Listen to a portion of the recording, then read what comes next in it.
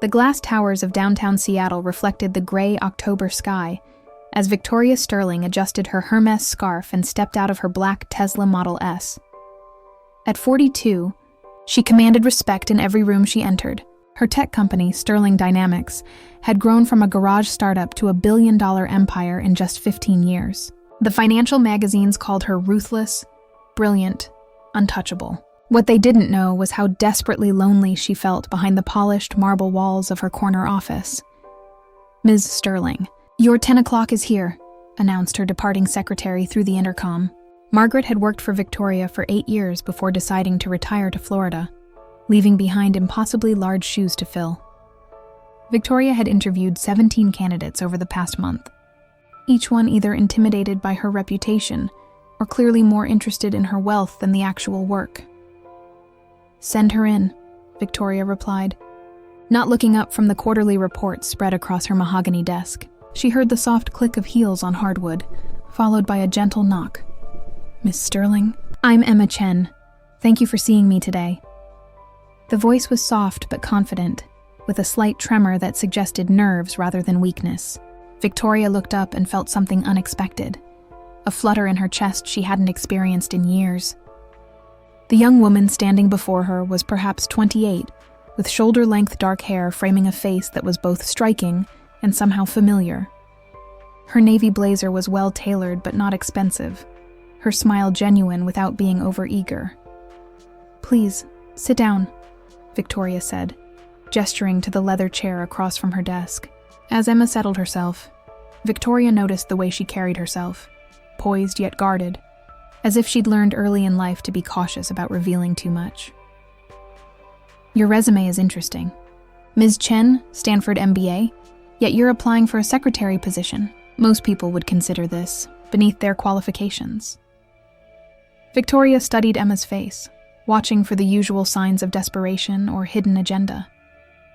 Emma's hands folded neatly in her lap. "I believe in starting where you can make the most impact, Ms. Sterling. I've researched Sterling Dynamics extensively. Your work in sustainable technology is revolutionary. I'd rather contribute meaningfully to something important than hold an impressive title at a company I don't believe in." The answer was perfect. Too perfect, perhaps. Victoria had heard variations of it from countless job seekers over the years, but something in Emma's tone, the way her dark eyes held Victoria's gaze without flinching, suggested authenticity. "Tell me about yourself, Ms. Chen. Where are you from originally?" For just a fraction of a second, Emma's composure wavered. Her fingers tightened almost imperceptibly, and she looked down before meeting Victoria's eyes again. "I grew up in Oregon. Small town. My parents, they passed away when I was young, so I was raised by my grandmother. She always emphasized the importance of hard work and integrity." Victoria found herself leaning forward slightly. There was pain in Emma's voice, carefully controlled but unmistakable. She recognized it because she carried her own version of it, the weight of loss, of having to rebuild yourself from nothing. "I'm sorry for your loss," Victoria said, and meant it. That must have been difficult. Emma nodded, a ghost of a smile crossing her features.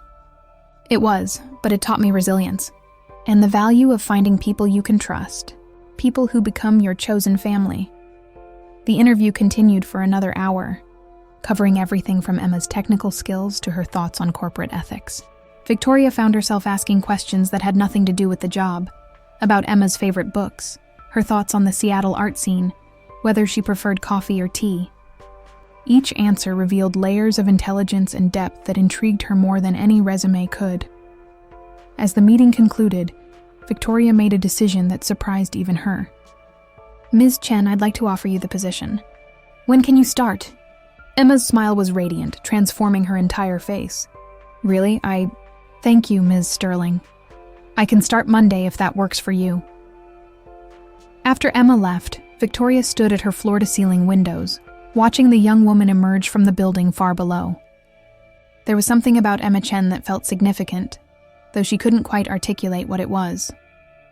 Perhaps it was the way Emma had looked at her, not with the usual mixture of fear and ambition she was accustomed to, but with genuine interest and something that might have been understanding.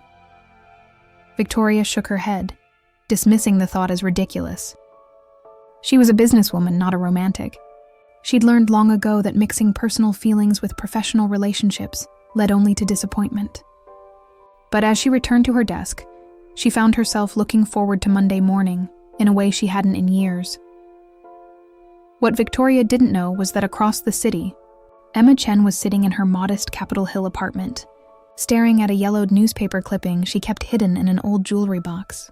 The headline read, "Local Girl, 8, still missing after 3 months." The accompanying photo showed a gap-toothed child with the same dark eyes that had just charmed one of the most powerful women in Seattle. Emma folded the clipping carefully and placed it back in its hiding place. Phase 1 was complete. After 23 years of waiting, planning, and becoming someone else entirely, she was finally close enough to Victoria Sterling to discover the truth about what had really happened that night in 1995. 3 weeks into Emma's employment at Sterling Dynamics, Victoria found herself looking forward to each morning with an anticipation that both thrilled and unsettled her. Emma had proven to be exceptional at her job, intuitive about Victoria's needs, efficient with her schedule, and possessed of an almost uncanny ability to anticipate problems before they arose.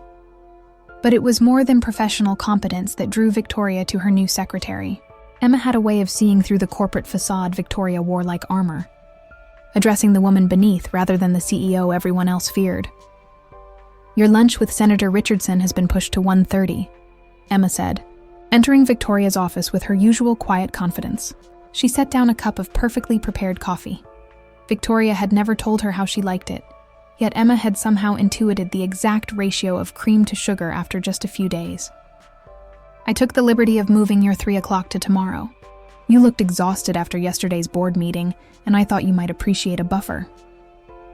Victoria looked up from her computer screen, struck once again by Emma's perceptiveness. The board meeting had indeed been brutal.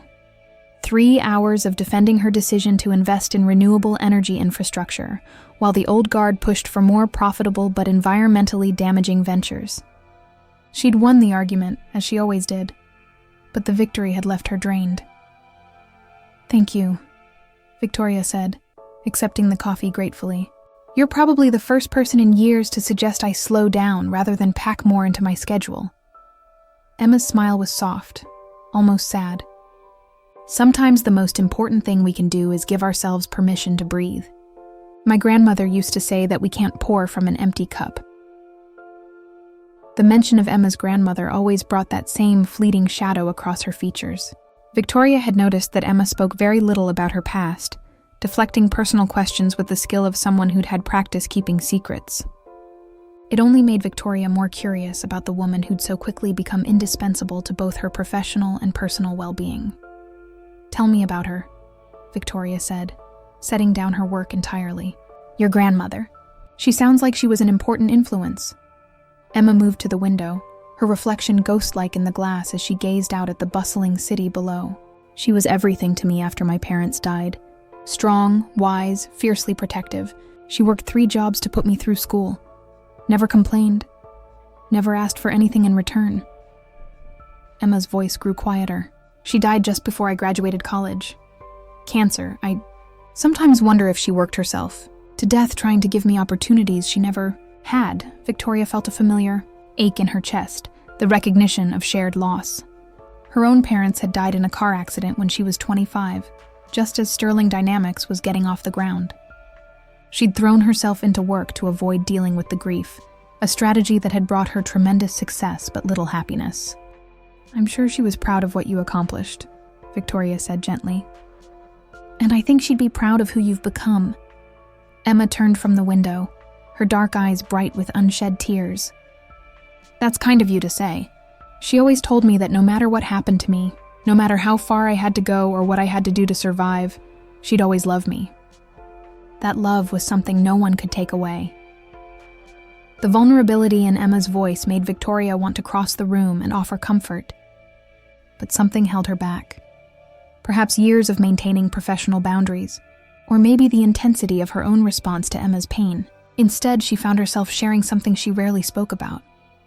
"My parents died in an accident too. I understand how that kind of loss shapes you, makes you both stronger and more fragile at the same time." Emma's expression shifted, becoming more focused, almost searching. How old were you? 25. Old enough to think I was independent. Young enough to realize I wasn't ready to face the world alone. Victoria laughed, but there was no humor in it. I buried myself in work. It seemed easier than dealing with the emptiness. And now? Emma asked quietly. Does the work still feel like enough? The question hung in the air between them, loaded with implications neither of them was quite ready to address. Victoria felt exposed in a way that was both terrifying and exhilarating.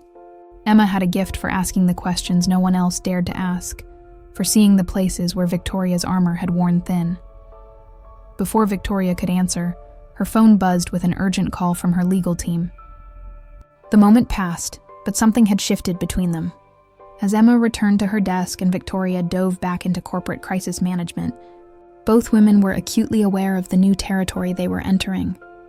That evening, Victoria found herself working late again, but this time she wasn't alone.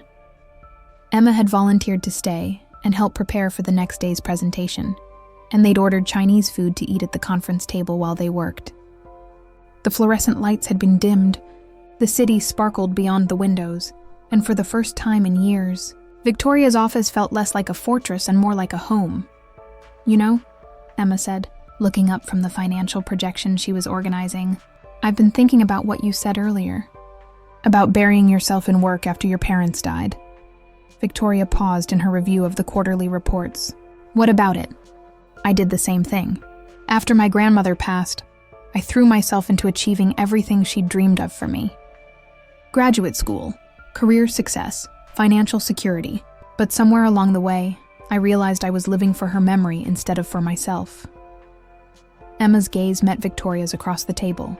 Maybe it's time we both started living for the present instead of running from the past. The words hit Victoria with unexpected force. She looked at Emma, really looked at her, and saw not just a brilliant, beautiful woman, but someone who understood her in a way no one else ever had. The realization was both thrilling and terrifying. What Victoria couldn't see was the way Emma's hands trembled slightly as she spoke, or the careful calculation behind every word. Emma had spent weeks studying Victoria, learning her patterns, her vulnerabilities, her deepest fears. Everything she was saying was true, but it was also strategic. She needed Victoria to trust her, to let her guard down, to become emotionally invested in their relationship.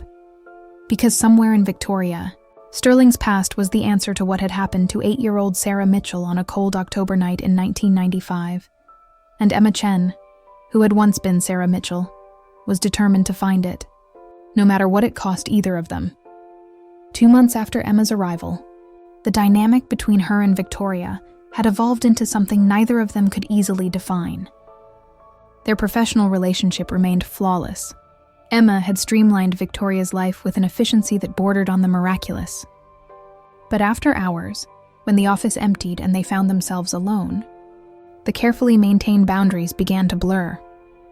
It was during one of these late-night sessions, as they worked on Sterling Dynamics' annual charity gala, that Victoria first crossed the line she'd sworn never to cross with an employee. Emma had been leaning over her shoulder, pointing out a discrepancy in the vendor contracts, when Victoria became acutely aware of her proximity, the subtle scent of her perfume, the warmth radiating from her body, the way her hair caught the light from the desk lamp.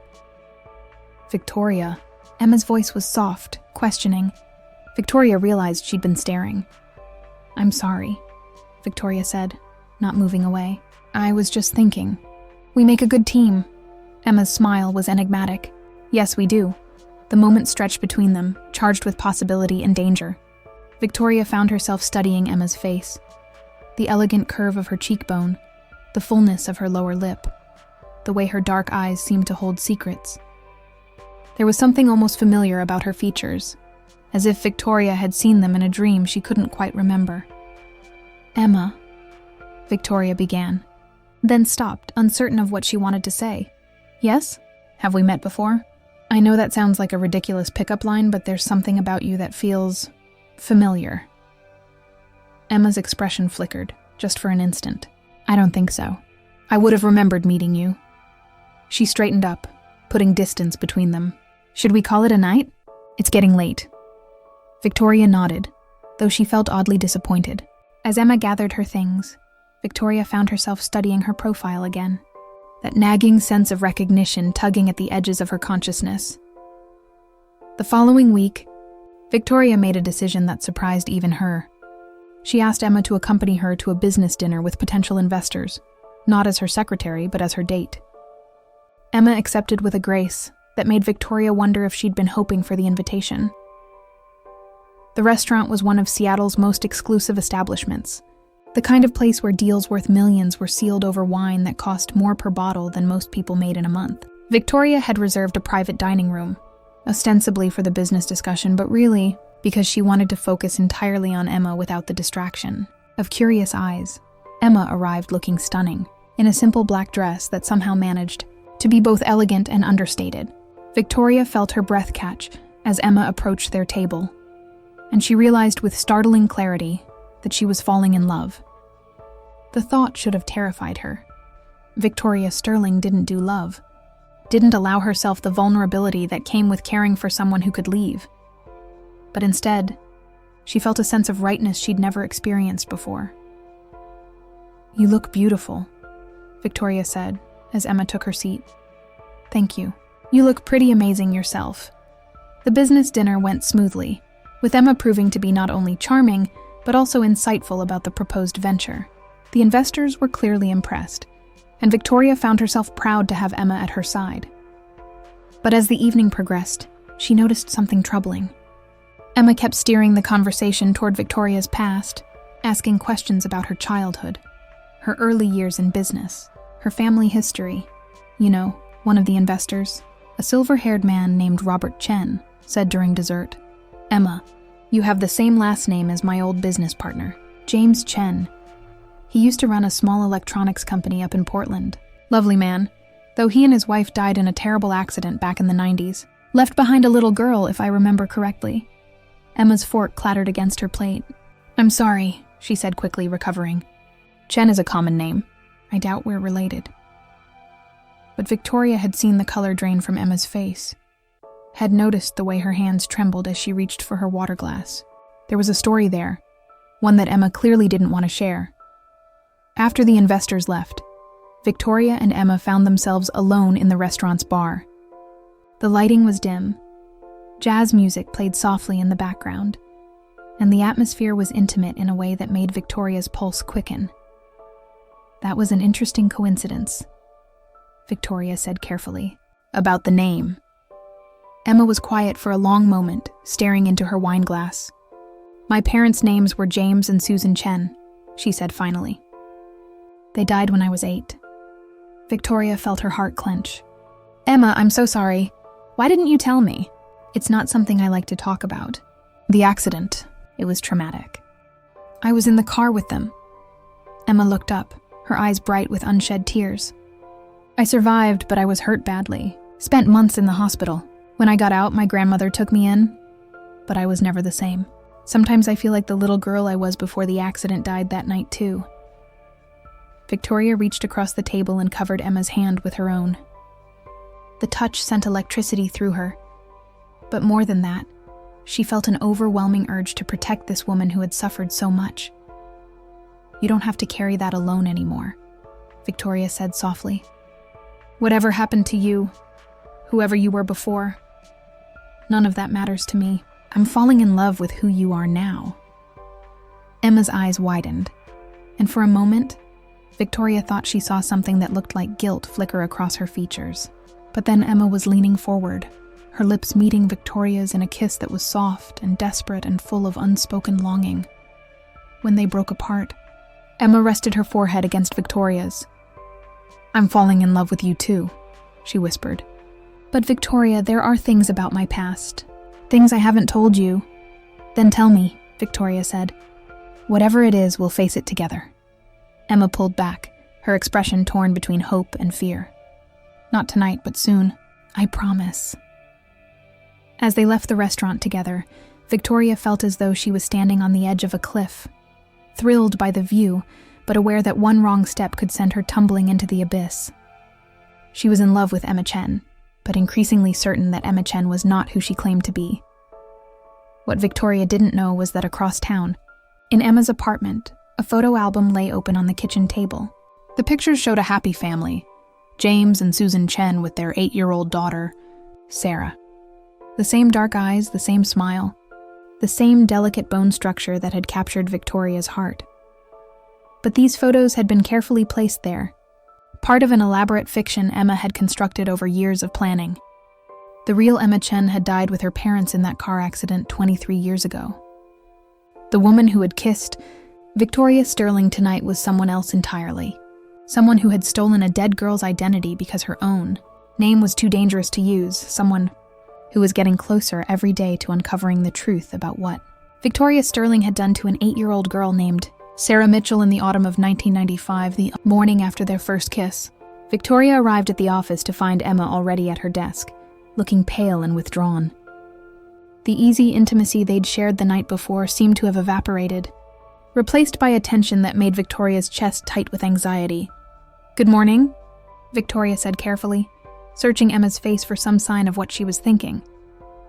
"Good morning, Ms. Sterling," Emma replied, her voice professionally neutral in a way that felt like a slap. "Your 9 o'clock is here early. Should I send him in?" The formality stung more than Victoria cared to admit. They'd crossed a line the previous evening, and now Emma seemed to be retreating behind professional boundaries. Victoria wanted to ask what was wrong, wanted to reach out and touch Emma's hand the way she had at the restaurant, but the closed-off expression on Emma's face warned her away.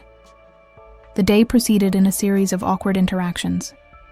Emma was perfectly competent, as always, but the warmth was gone. Every conversation was strictly business, every smile politely distant. By late afternoon, Victoria couldn't take it anymore. "Emma, we need to talk," Victoria said, closing her office door behind her. "About last night." Emma looked up from her computer, her expression carefully blank. "What about it?" "You kissed me back," Victoria said bluntly.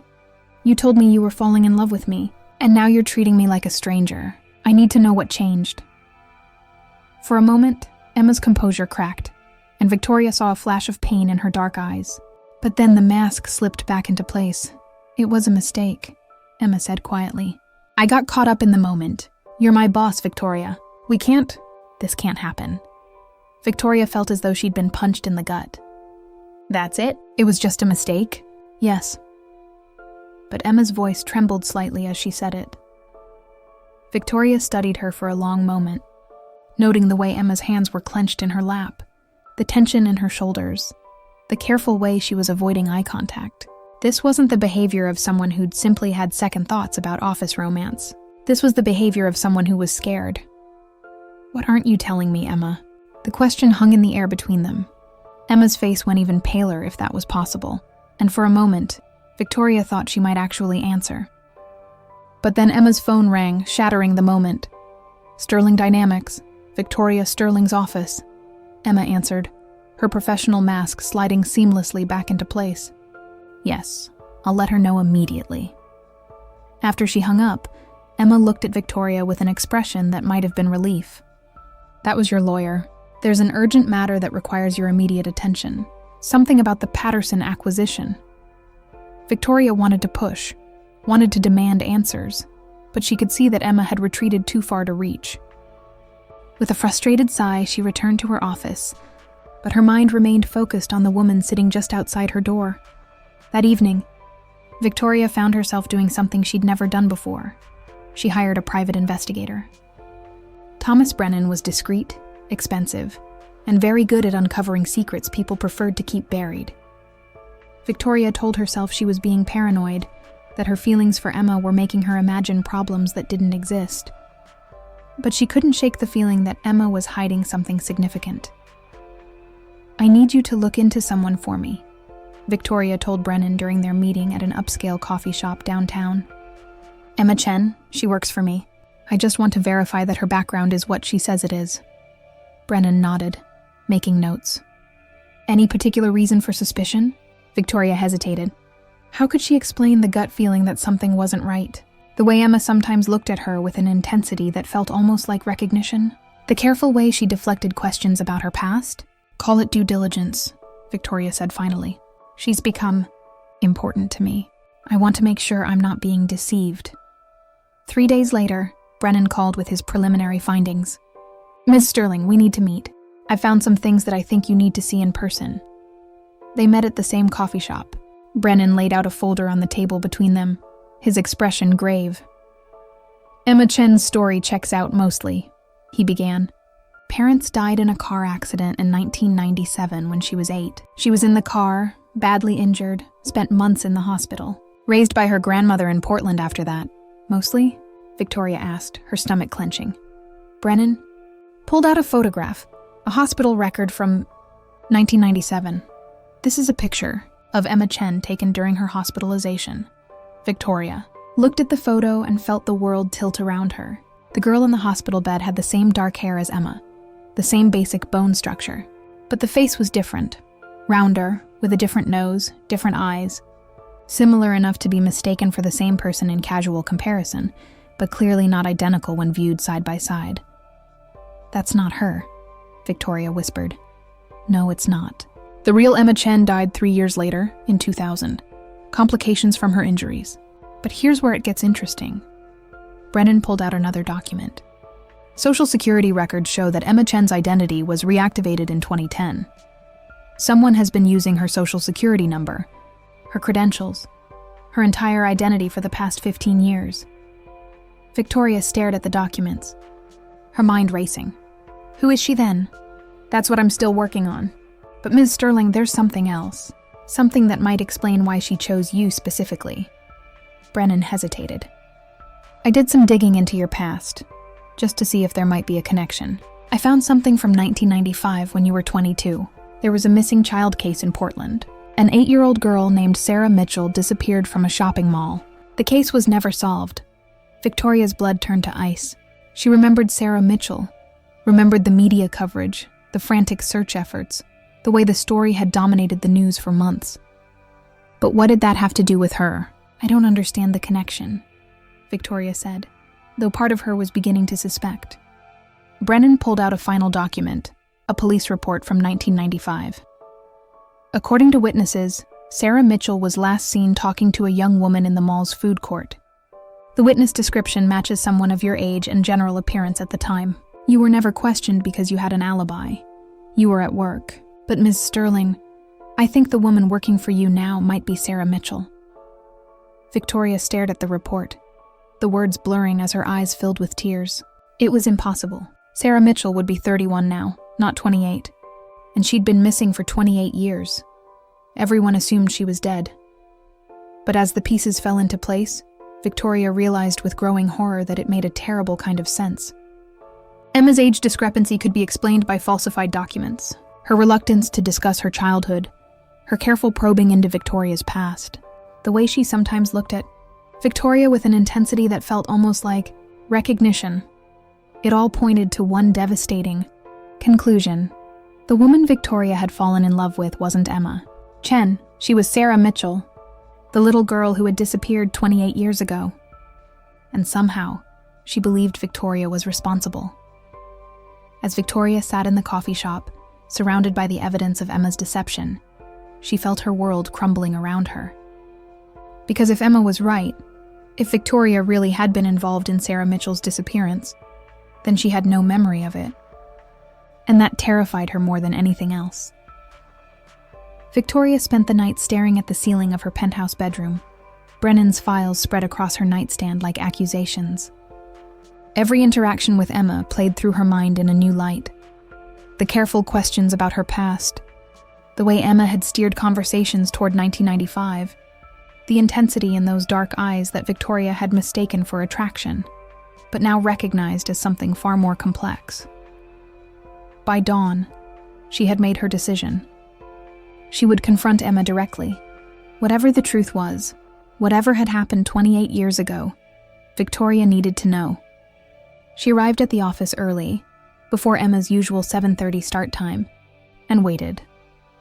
When Emma walked through the door at precisely 7:30, she found Victoria sitting in the reception area, the private investigator's files on the coffee table between the chairs. "We need to talk." "Sarah," Victoria said quietly. Emma froze, her face going completely white. For a moment, she looked exactly like what she was. a terrified young woman whose carefully constructed facade had just crumbled. Then she seemed to gather herself, straightening her shoulders and meeting Victoria's gaze with a defiance that was heartbreaking in its bravery. "How long have you known?" Emma asked, her voice barely above a whisper. 3 days, since I hired someone to look into your background." Victoria gestured to the files. "Emma Chen died in 2000. You've been using her identity for 15 years. Emma, Sarah, moved slowly to the chair across from Victoria, sitting down with the careful movements of someone who felt as fragile as spun glass. "I needed a name that couldn't be traced back to you, a way to get close enough to find out what really happened." "What do you think happened, Sarah?" At the sound of her real name, Sarah's composure finally cracked. Tears spilled down her cheeks as 28 years of suppressed pain and fury erupted. "You took me," she said, her voice raw with emotion. "October 15th, 1995. I was at the mall with my mom, shopping for my Halloween costume. She went to the bathroom and told me to wait by the food court. You came up to me, said you were a friend of my mom's, that there was an emergency, and I needed to come with you right away." Victoria felt sick. "Sarah, I swear to you, I don't remember." "Of course you don't." Sarah's voice rose, then immediately dropped as she struggled to maintain control. "Why would you remember? I was just another transaction to you. But I remember everything, every single detail of that night." Sarah wiped her tears with the back of her hand, and when she continued, her voice was steady but hollow. "You drove me to a house outside Portland. There were other people there, men in expensive suits who looked at me like I was merchandise. You sold me, Victoria. You sold an 8-year-old girl to people who hurt children." The words hit Victoria like physical blows.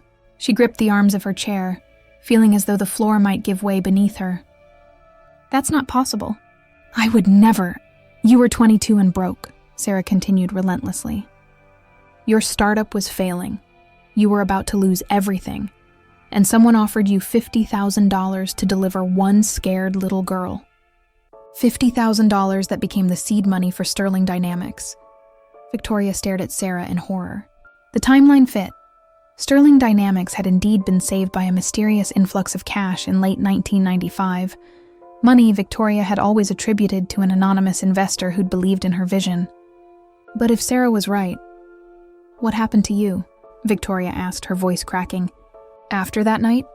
Sarah's expression grew distant, as if she were looking back through decades of nightmare. "I was held captive for 3 years, moved from place to place, never staying anywhere long enough to hope for rescue. The people who bought me, they rented me out to others. Sometimes they filmed it. Sometimes they just watched." Her voice remained eerily calm, as if she were reciting someone else's story. "When I was 11, there was a fire at one of the houses. I escaped in the confusion, spent months living on the streets before social services found me." Victoria was crying now, great racking sobs that shook her entire body. "Sarah, I'm so sorry. I'm so fucking sorry. But I swear to you, I don't remember any of this. I would never hurt a child. I would never." "You wouldn't remember, would you?" Sarah's voice was gentle now, almost pitying. "Because you were high that night. Cocaine, probably. I could smell it on you, see it in your eyes. You kept telling the men you'd never done anything like this before, that you just needed the money, and then you'd disappear.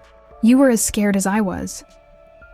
The words triggered something deep in Victoria's memory, a flash of images she'd always attributed to drug-induced hallucinations from her early 20s.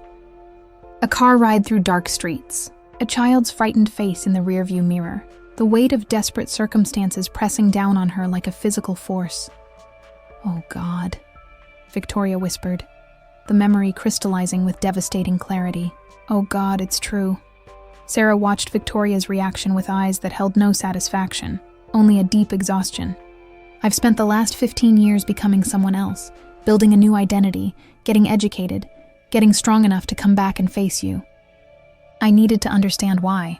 I needed to know if you ever thought about what you'd done. If you ever wondered what happened to me."